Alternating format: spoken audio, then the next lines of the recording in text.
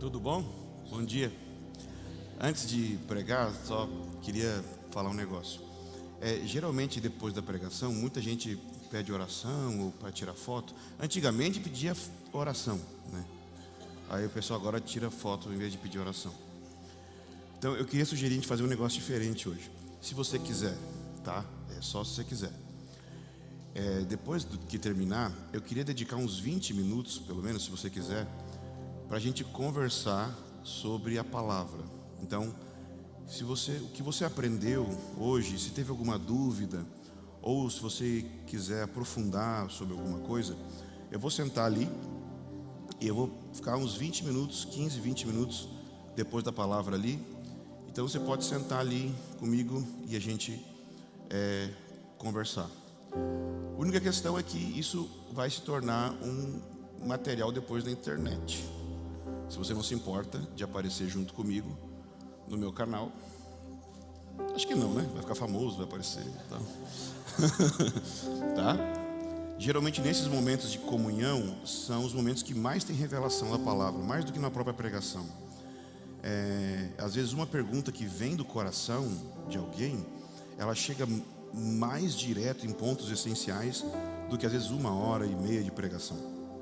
Então, talvez o momento que você dedique para perguntar alguma coisa vai ajudar alguém depois lá na frente num post que vai ser feito.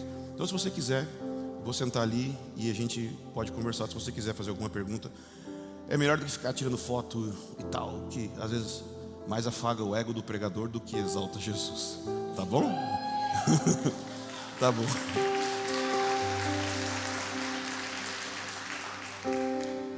Se você tem uma Bíblia, sim. Jesus, Jesus, Jesus, Jesus.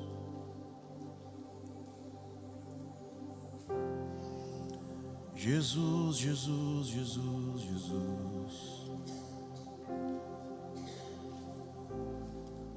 Jesus, Jesus, Jesus, Jesus, Jesus. Invocamos teu nome.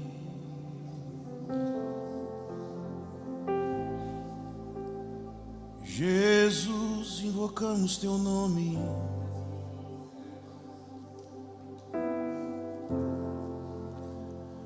Invocamos teu nome, invocamos teu nome, invocamos teu nome. Jesus, Yahweh, Yeshua,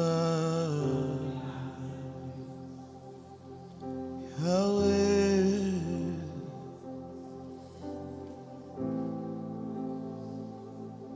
Tua presença é tudo que nós queremos. Tua companhia, tudo que eu mais desejo. Um lugar diante de ti, eternamente eu quero estar.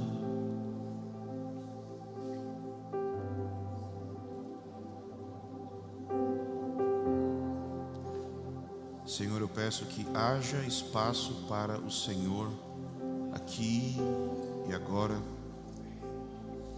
Ajuda-nos a fluir com você no serviço da palavra, Senhor. No nome do Senhor Jesus. Amém. Se você tem uma Bíblia, quero te convidar a abrir ela no Evangelho de Mateus, no capítulo 1, nós vamos ler o versículo 22 e 23. Mateus, capítulo 1, versículo 22 e 23.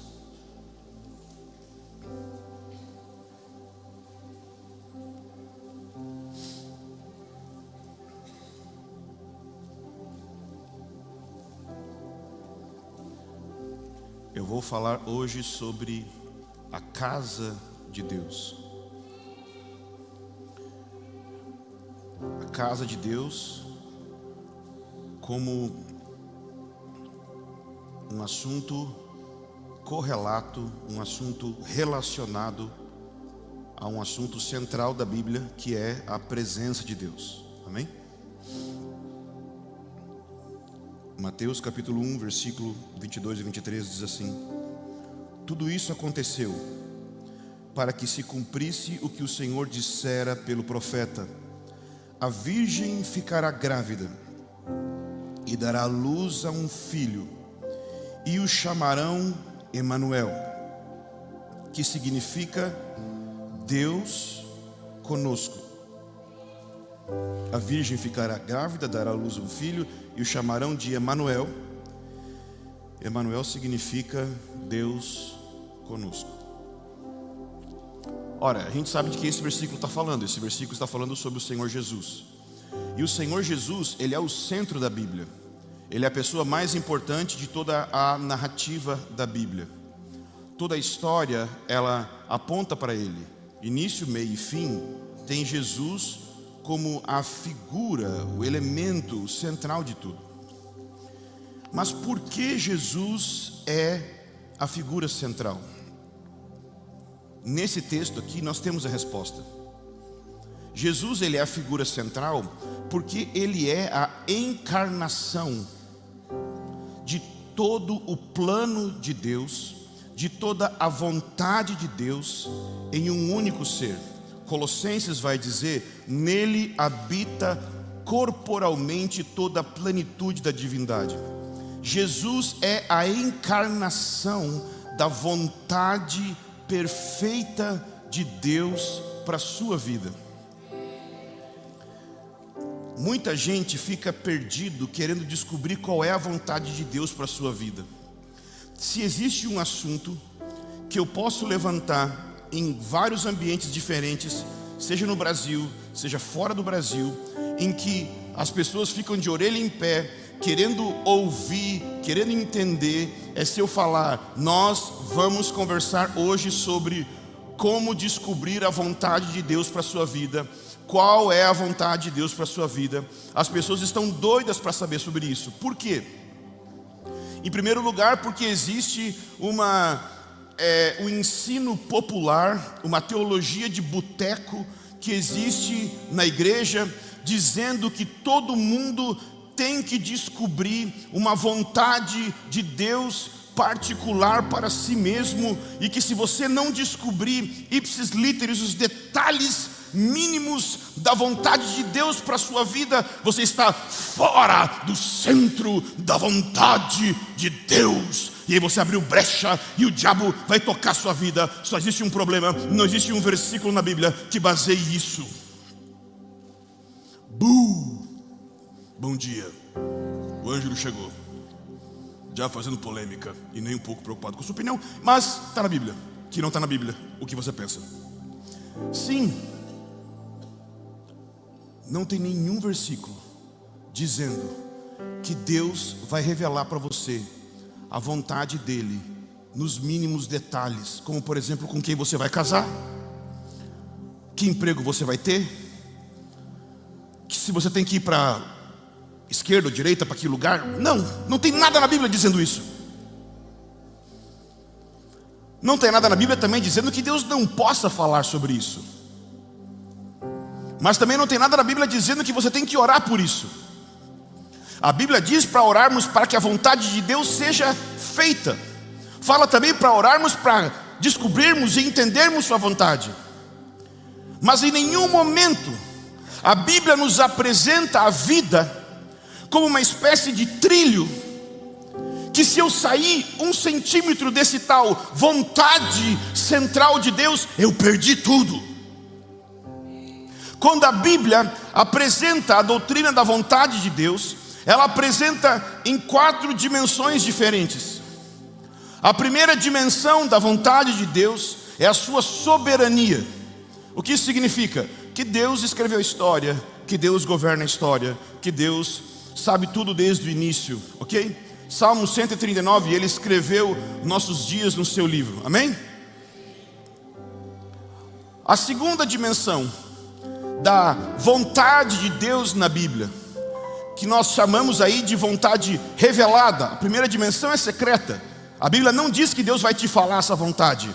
Por exemplo, a Bíblia diz quem vai ser salvo e quem não vai ser salvo? Não. Por isso você evangeliza todo mundo. Senão você evangelizava só quem você sabe que vai ser salvo. Por que a gente evangeliza, gente? Se Deus já sabe quem vai ser salvo, é porque você não sabe, uai. Então, segunda dimensão é a vontade revelada. Qual é a vontade revelada? A vontade revelada de Deus também é conhecida como a sua vontade moral. São os seus mandamentos revelados na Bíblia. Por exemplo, os 10 mandamentos. Mas se você fosse resumir esses mandamentos, você pode resumir em amar ao Senhor seu Deus de todo o coração, alma e entendimento. Uma outra dimensão da vontade de Deus é o que o apóstolo Paulo fala em 1 Coríntios, no capítulo 12, que fala sobre a distribuição dos dons do Espírito e as funções do corpo de Cristo. Diz que Deus distribuiu os dons, Deus distribuiu os ministérios conforme Ele quer. Ou seja, você não decide se é um evangelista, se é um pastor, se tem um dom de profecia. Você não decide isso. Deus dá capacidades espirituais conforme Ele quer. E até mesmo o desejo de querer ter foi Deus que deu. E a quarta dimensão é o seu propósito eterno. Seu propósito eterno é o seu anseio, o seu desejo, o seu plano, o seu desígnio, que o motivou a fazer todas as coisas.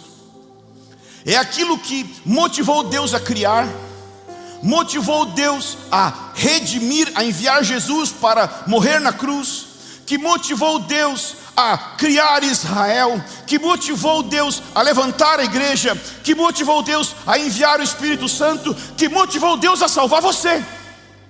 É um propósito eterno que é antes de qualquer coisa, que é antes do pecado, é antes do diabo, é antes de tudo.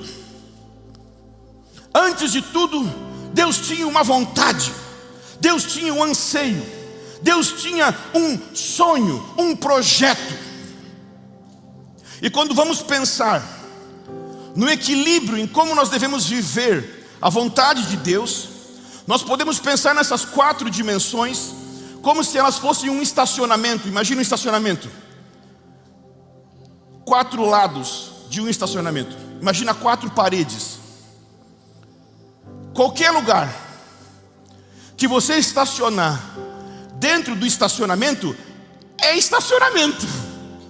Você só não pode estacionar fora. Então qualquer decisão que você tomar na sua vida, que esteja dentro da soberania de Deus, no caso essa não tem como você fugir, porque você não sabe o que ela é, não tem como você fugir. Mas, segundo, qualquer decisão que você tomar dentro da vontade moral de Deus. Ou seja, estou cometendo um pecado a fazer isso? Não. Seja lá qual for a decisão. Por isso que Santo Agostinho dizia: ame a Deus, quem sabe o resto da frase, e faça o que quiseres. Parece estranho, mas não é. Por quê? Porque se você amar a Deus verdadeiramente, o que você vai querer? Ame a Deus e faça o que quiseres. A terceira parede, qual a minha função no corpo? Essa decisão tem a ver com minha função no corpo? Eu devo congregar em qual igreja? Eu devo morar em qual cidade? Eu devo ter qual emprego? Mas qual é a última parede? Seu propósito eterno. E se nós não entendermos seu propósito eterno, nós vamos continuar tendo ministério, oração, girando em torno de nós mesmos. Temos que ganhar mais almas, temos que pastorear mais gente, temos que crescer. Mas a pergunta é: para onde isso está indo. Porque a monotonia, o burnout, a chatice evangélica vem de um lugar: falta de um propósito que seja maior do que a própria vida em si. Ganhar almas não é o propósito da vida, crescer igreja não é o propósito da vida, aumentar o ministério não é o propósito da vida, ficar famoso não é o propósito da vida. Deus tem um propósito, e esse propósito pode ser resumido na pessoa de Jesus, no nome de Jesus. Esse propósito é resumido em Emanuel. Esse propósito é: Deus quer morar conosco.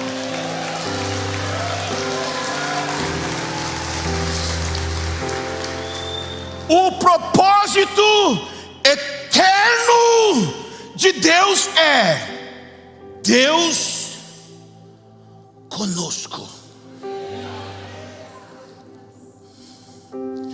Deus quer morar na terra. Deus não criou você para morar no céu.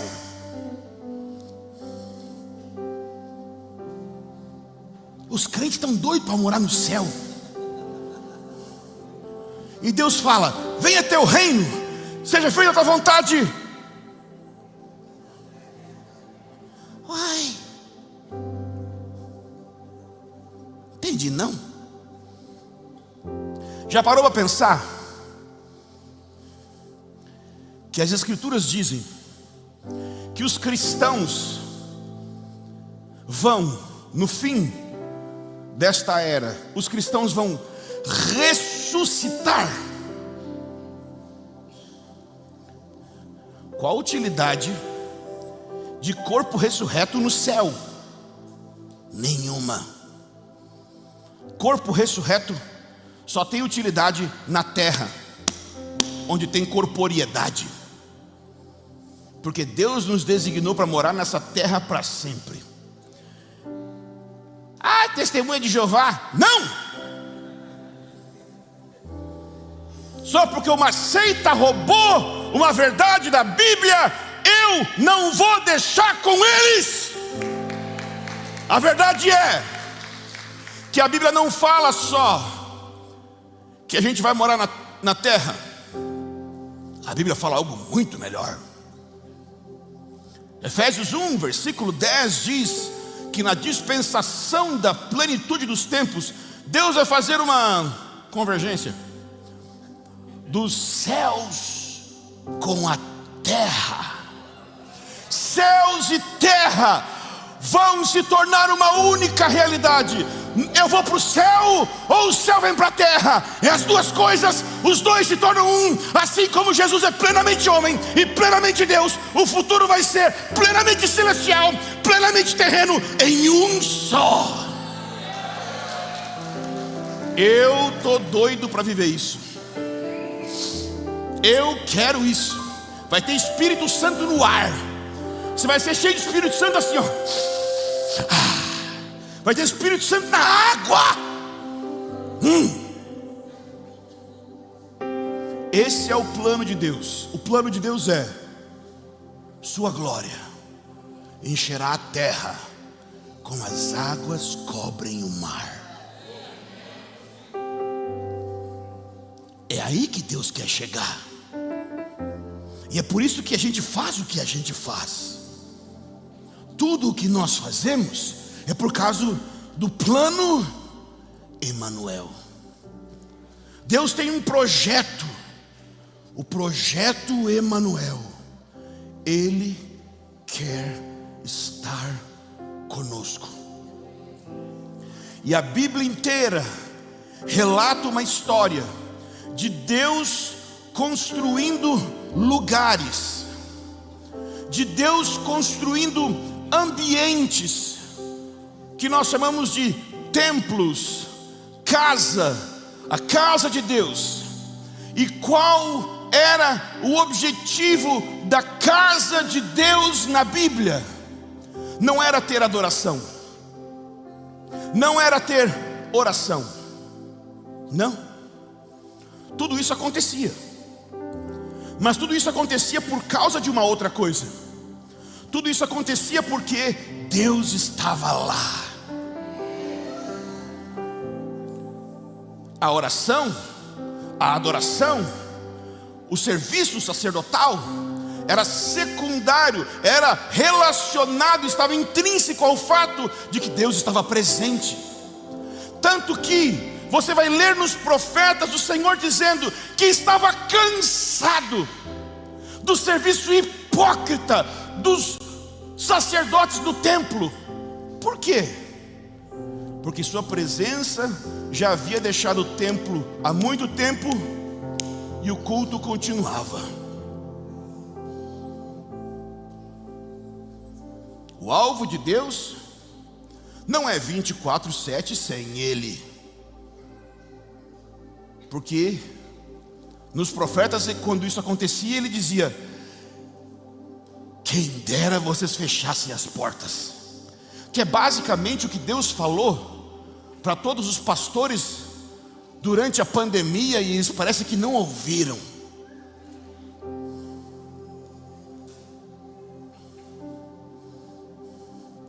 Eu quero manter a igreja aberta. Deus está doido que fecha, que Ele não aguenta mais essa hipocrisia domingo após domingo.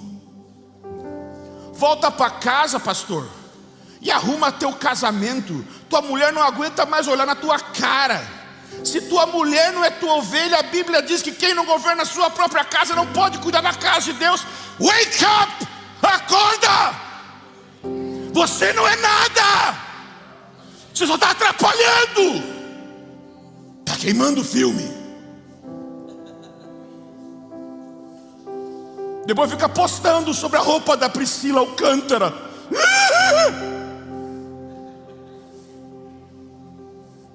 Olha a tua nudez, Noé.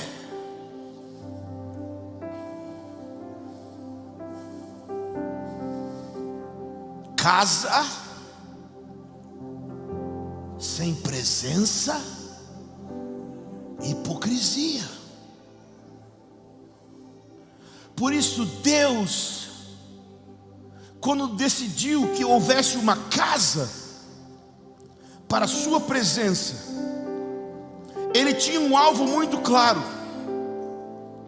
E esse alvo é basicamente o seguinte: Deus desejava demonstrar para Israel, para a criação e para as nações, um protótipo de como seria o futuro, de como seria um novo céus e nova terra, só que num microcosmo. Esse é o objetivo da casa de Deus. A casa de Deus, ela mostra um lugar da presença pequeno, que tem a mesma presença, que contém a mesma presença, que um dia haverá no novo céu e nova terra, onde toda a terra se encherá com a glória de Deus, como as águas cobrem o mar. Lembra o que Paulo diz em Coríntios sobre o incrédulo entrar na reunião da igreja e os irmãos estarem cheios da presença profetizando? O que o incrédulo vai dizer? Verdadeiramente Deus está entre vocês. E o que Jacó disse quando ele chegou em Betel, na casa de Deus? Deus estava nesse lugar e eu não sabia. É esse tipo de experiência que Deus designou a igreja na cidade para viver. Não é ser uma igreja relevante porque simplesmente faz obra social. Não é ser uma igreja que é relevante porque lida com a política. É ser uma igreja revolucionária porque o céu desceu na terra durante a reunião.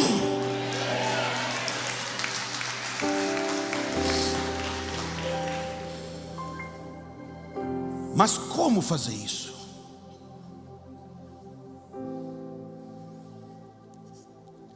Poderíamos falar por muito tempo sobre isso, mas quero ler uma passagem da Bíblia. E eu vou ler no Antigo Testamento. E se por acaso alguém aqui tem problema com o Antigo Testamento, você tem problema comigo e com Jesus. Jesus só pregou o Antigo Testamento. Já parou para pensar nisso? Jesus em Lucas 24 falou sobre o que constava nele, sobre ele na lei, nos profetas e nos salmos. O Novo Testamento é um retweet do Antigo, querido. Não é anulação.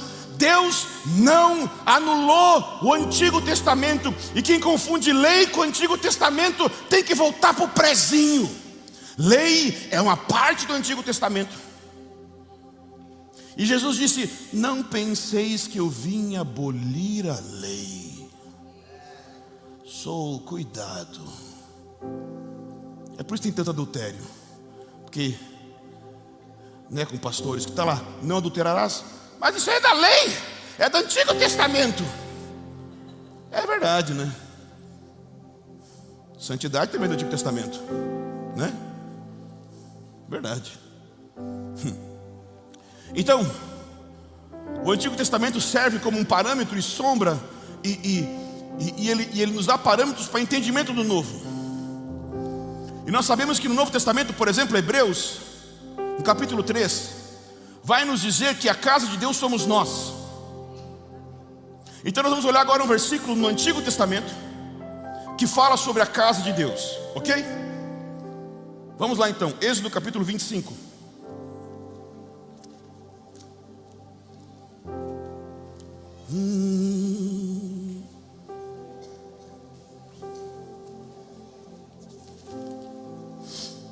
Êxodo 25, versículo 8 e 9.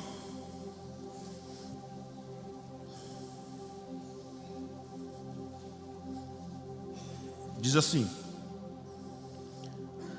e farão um santuário para mim, e eu, o que vai acontecer? Emanuel, habitarei, serei Deus com vocês, habitarei no meio de vocês. Farão tudo como eu lhes mostrar, conforme o modelo do tabernáculo e de cada utensílio. Agora, passe para o capítulo 40, é o fim.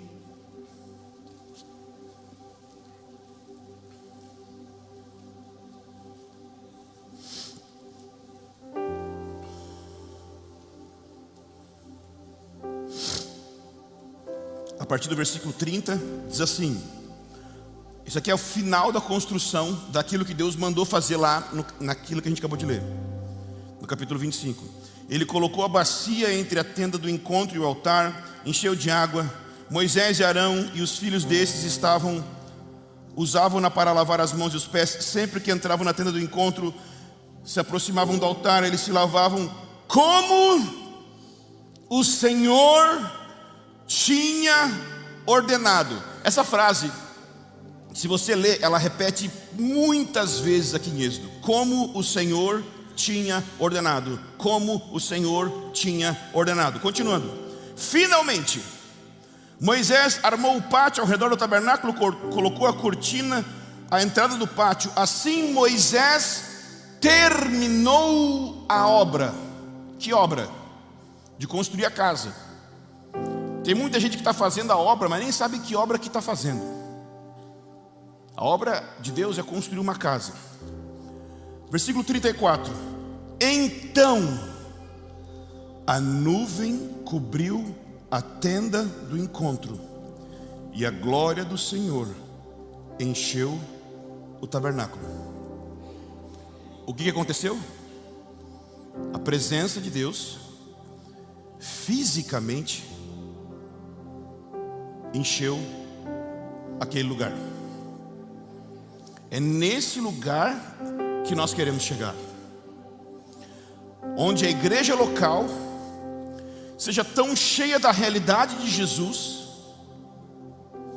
que o mundo ao redor perceba essa realidade, que o nosso testemunho seja a presença de Jesus entre nós. A pergunta é: como? Êxodo 25, onde nós lemos, fala como. Vamos ler de novo. Êxodo 25, 8 e 9.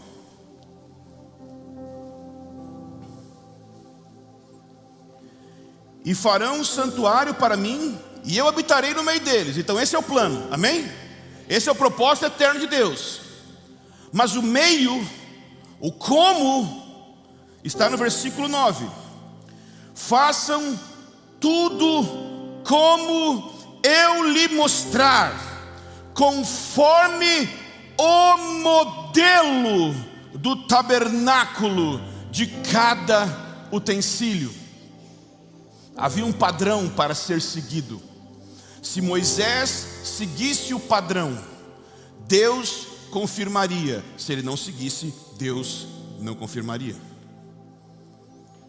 Um exemplo muito simples. Um arquiteto conhecido na nossa nação, que já morreu, Oscar Niemeyer. Ele tinha um jeito de construir muito peculiar, né? Onde você vai no Brasil, você olha e você sabe que aquilo é uma obra do Oscar Niemeyer. Então pensa comigo. Se você quisesse ter uma casa projetada pelo Oscar Niemeyer, que chique seria a sua casa, já pensou? Minha casa foi feita pelo Oscar Niemeyer. Uau! Agora pensa, Oscar Niemeyer faz a planta. Aí você pega a planta e vai construir. Aí você fala assim: olha, essa janela aqui, o velho está meio louco. Eu não vou gastar esse tanto para botar a janela desse. Vou botar um negócio mais barato. Ó, essa maçaneta, eu vi uma na Shein que está mais barato. Olha, esse forro, eu estou falando isso porque eu estou construindo. Então assim, eu estou passando essa dor de cabeça agora, tá? Esse forro, não. Aí você vai mudando detalhinho. Coisa pouca. Um detalhe aqui, um detalhe acolá. Te pergunto, se tem algum arquiteto aqui, pode me ajudar. Existe um negócio que chama assinatura do arquiteto. Você acha que ao fim da obra, Oscar Niemeyer vai assinar dizendo que aquela casa é uma casa dele? Se os homens não assinariam uma casa que os homens mudam, por que Deus vai assinar com sua presença uma igreja que você faz do seu jeito?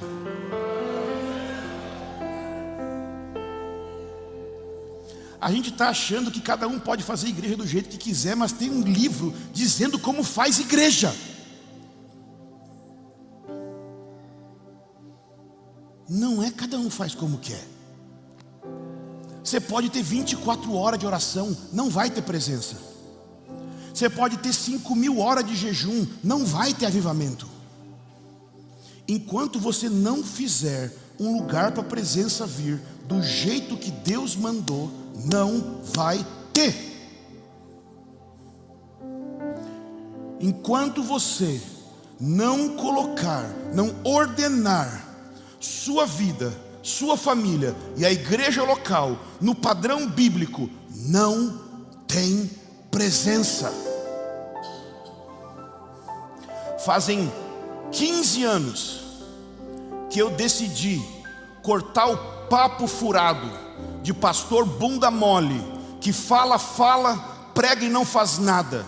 E eu plantei uma igreja porque eu acreditei nisso que eu estou falando, e não prego por aí que eu tenho uma igreja. Eu fiz, sabe por quê? Porque eu sei que um monte de gente ia dizer que o que eu estou falando agora é impossível.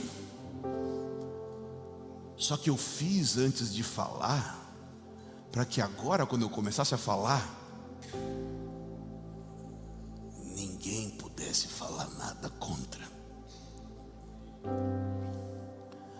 Vai lá ver. Isso é orgulho? Pode ser. Ou pode ser uma raiva que eu tô de pastor covarde, que tem medo que vai perder o dízimo, que tem medo que as pessoas vão falar de você, se você começar a construir as coisas. Mas que as pessoas vão, e se Deus ficar triste? O cliente é Deus, não as pessoas. Nós é garçom dele.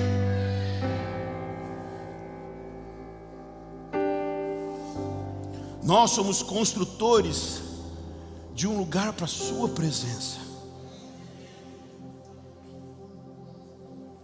E se nós construirmos um lugar para a sua presença, Ele virá. Ele prometeu.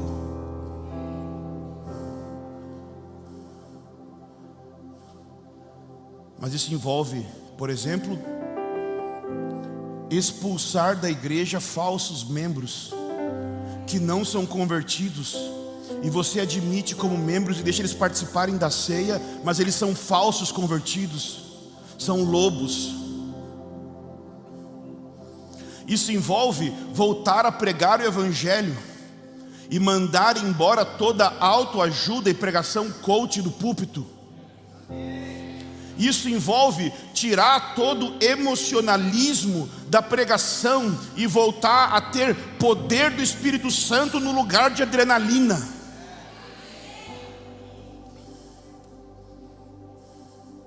Isso envolve voltar a ser um pastor e pastora e líder fraco.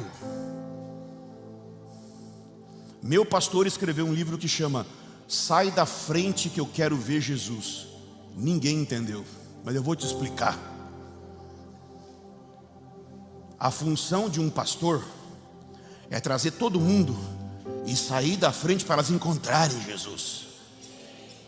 E o problema é que ele traz as pessoas e fica: olha, olha, eu estou aqui.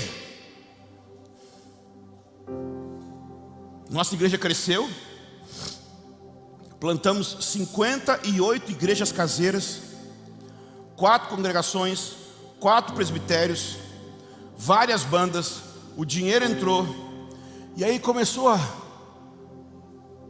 atolar aqui, ó. Eu comecei a ver meu casamento sofrendo, sufocando, e eu: o que está errado? Eu não comecei por causa disso. E o Espírito Santo falou: entrega a presidência para mim. Você disse que eu ia ser o pastor presidente, agora é você. É verdade? Esqueci dessa parte. Porque você faz umas orações na adolescência que Deus depois cobra, né? Quando o dinheiro entra, né, você esquece das orações que você fez. Eu levantei diante da igreja, entreguei o cargo para o Espírito Santo, oficialmente, e chamei meu melhor amigo, o Ivo, que é um homem bem mais centrado, sem nenhum problema emocional, psicológico, que nem eu. Porque se você acha que essas gritarias foi unção, não é só problema psicológico aqui, entendeu? E muito stand-up também. Então, eu cheguei e entreguei para ele. Falei: estou saindo. Não saí do presbitério, não saí da igreja. Mas quando você é a voz mais forte, você é o pregador mais forte, você tem que ser o 02, porque senão você se torna o Hitler. Porque você tem o poder da fala e o poder do governo na mão ao mesmo tempo. Você tem que sair. Você não pode ser o rei e o sacerdote ao mesmo tempo, entende?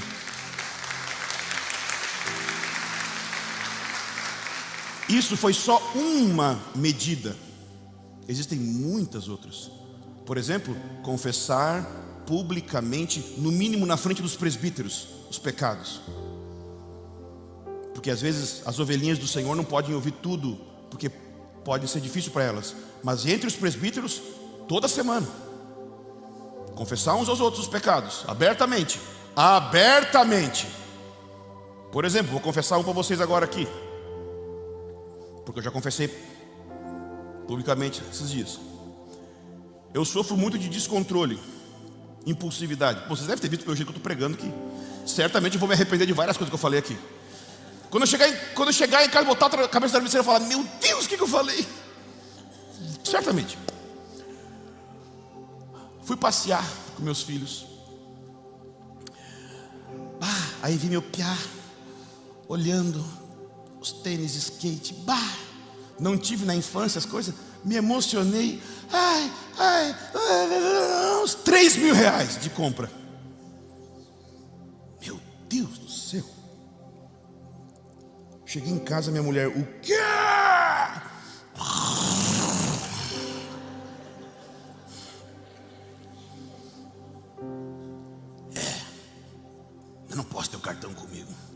Na hora eu fiz o quê? Ela não sabia, porque ela mandou a mensagem. Ela viu eles entrando com as sacolas do shopping, todo felizes.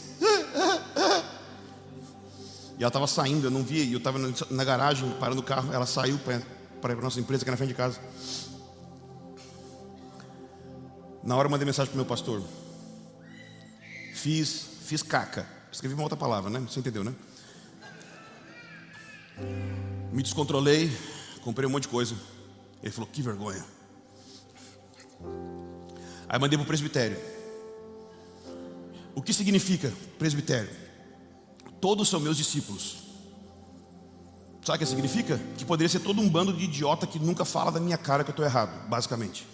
Porque várias igrejas são um presbitério de idiota que puxa saco de pastor e nunca fala que ele está errado. Eu mandei. Gente, fiz isso. Rodolfo, que é um dos presbíteros mais novos, um dos últimos a serem ordenados, falou para mim, você está arrependido? Estou, muito bom. Então vai lá e devolve tudo. Não! É Campinas, todo mundo sabe que eu sou o Ângelo Basso. Eu vou voltar lá e entregar os... Eu fui. Voltei na Decathlon, na Vans, entreguei tudo. Aí a Vans não quis aceitar os tênis de volta. Inclusive foi ilegal o que eles fizeram, mas eu tenho uma vergonha do caramba. Eu voltei com os tênis. A Carol falou, não tem problema, vamos vender para a comunidade, para quem está precisando. Mas foi muito vergonhoso. Mas foi tão bom. Quando eu olhei para o rosto da minha esposa, ela falou, meu bem, vê que você admitiu rápido que estava errado, me dá a segurança de, mesmo sabendo que você é impulsivo para errar, você também é rápido para arrepender. Porque veja, eu sou o pastorzão, o homem da casa, eu sou o dono da grana. Eu podia dizer, comprei mesmo, e daí? Mas está errado. Está errado. E veja, eu não estou nem aí para a opinião da minha mulher. O que me importa mesmo é, entre eu e ela tem uma presença. E se essa presença for ofendida, perdeu o sentido. Lembra, em cima da arca tinha 2 querubins? É assim que eu vejo o casamento. A presença entre nós. O que adianta eu ganhar um argumento? Eu falar, eu sou homem, eu defino dinheiro, eu não sei o que. E o Espírito Santo foi embora. Tchau! Ganhei o argumento, perdi Deus. Na igreja local a mesma coisa. O que adianta? Nos relacionamentos a mesma coisa. Nós precisamos edificar uma casa para Ele. Portanto, o tipo de arrependimento que Deus nos chama hoje não é um arrependimento de cometer um pecado individual, mas é um arrependimento profeticamente e apostolicamente arquitetônico. Nos arrependermos de termos edificado igrejas locais, a começar da nossa casa, do nosso coração, em segundo lugar da nossa família, mas da igreja local como um todo e do nosso ministério até maior, em parâmetros que não são a planta da casa de Deus revelada na Bíblia. Temos construído de acordo com os parâmetros de Babilônia, do Egito, do mundo, do sistema. E se decidirmos construir de acordo com o padrão de Deus, vamos ter Deus como parceiro de construção. Isso é garantido. E eu não falo isso para te gerar uma vergonha, para você se sentir mal pensando, nossa, eu errei. Não. Existe uma grande diferença entre a culpa gerada pelo Espírito Santo, que é quebrantamento, e a vergonha. Em uma, você olha para a ação que você cometeu e diz: eu errei. Na outra, você olha e diz: eu sou o erro. Tem uma diferença. Você pode ter errado, mas você não é o erro. Se você sente que errou, eu quero te dizer uma coisa: existe uma cruz entre você e esse pecado. Existe um sangue que foi derramado. Quando Jesus foi crucificado, Ele não foi crucificado só pelos pecados que você cometeu antes de converter. Que às vezes parece isso, né? Parece que Jesus me ama até eu batizar. Do batismo para frente, aí a misericórdia do Senhor é dura para sempre, né? Aí se vira, é jejum, oração. Agora, até lá era Deus me ama, agora paga o preço. Não. Ele é o mesmo evangelho. Aquele evangelho que eu comecei é o evangelho que eu permaneço. Eu comecei pela fé, pela confiança de que Ele morreu por mim e por isso sou perdoado e reconciliado e santificado. E é isso que a gente vai fazer agora. A gente vai orar. E se tem construtores aqui, pastores e líderes, diáconos, obreiros, presbíteros, pastoras, sei lá a função que você exerce, e você sente assim: cara, eu quero alinhar meu ministério mais como um construtor da casa de Deus. Eu quero construir um lugar para a presença. Eu quero te falar um negócio.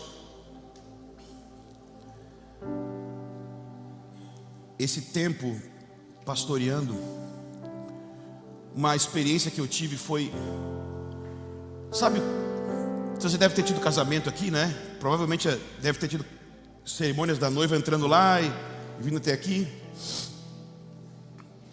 e o pai trazendo a moça até o altar, e o jovem recebe ela. Eu tenho a impressão, como amigo do noivo, que aquela congregaçãozinha em Montemor é tipo a noivinha, a porçãozinha da noiva que eu tenho que cuidar. E que no dia do Senhor eu vou levar ela até Jesus. Entende? E a questão é que isso já me deixou acordado muitas madrugadas pensando: eu estou fazendo certo? Porque esse não é o meu ministério, é a noiva dele.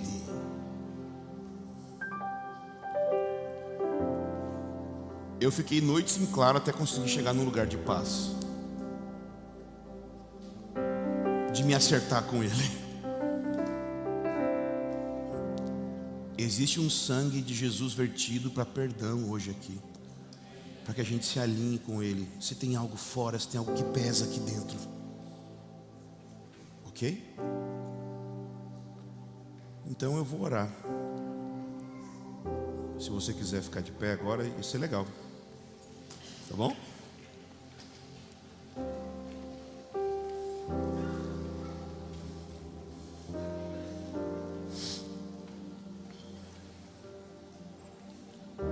Senhor Jesus, obrigado pela sua palavra.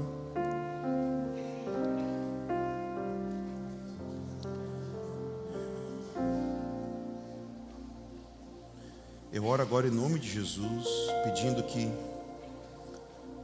o seu Espírito que nos convence, atrai agora,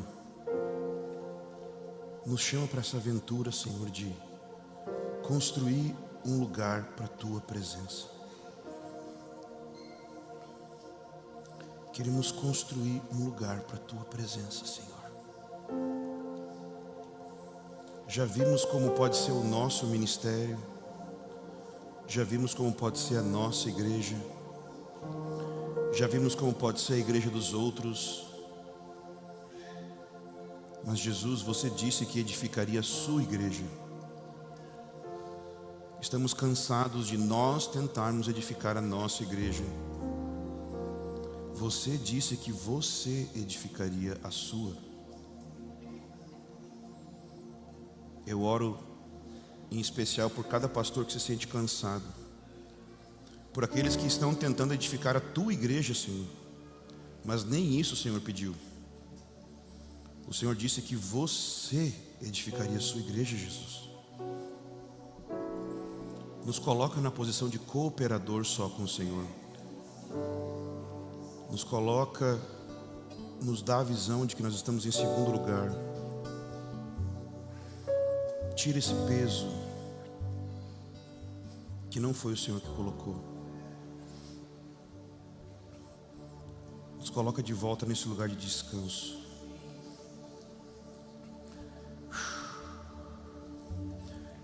Se tem algum pastor aqui, pastora, líder que se sente cansado, não só fisicamente, mas também fisicamente, mas se você está mentalmente cansado, emocionalmente cansado, algo semelhante a burnout e desgaste, eu provei isso no último ano e o Senhor me curou, e eu quero orar por você nesse momento, nesse sentido. Pai, em nome de Jesus, se existe algum pastor, pastora, líder que está passando por isso agora, eu oro agora pelo teu descanso, Jesus.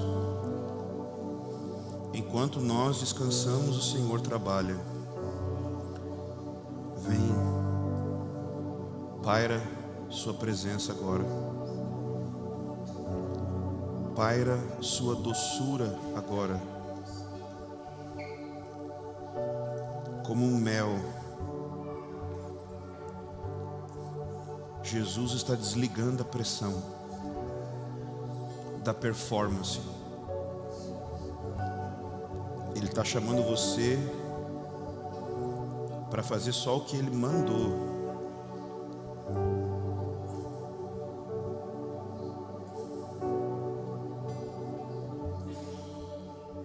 O filho só faz aquilo que ele vê o pai fazendo. Jesus, eu oro pedindo, Senhor, que o Senhor traga descanso agora. Tira o peso que o pecado,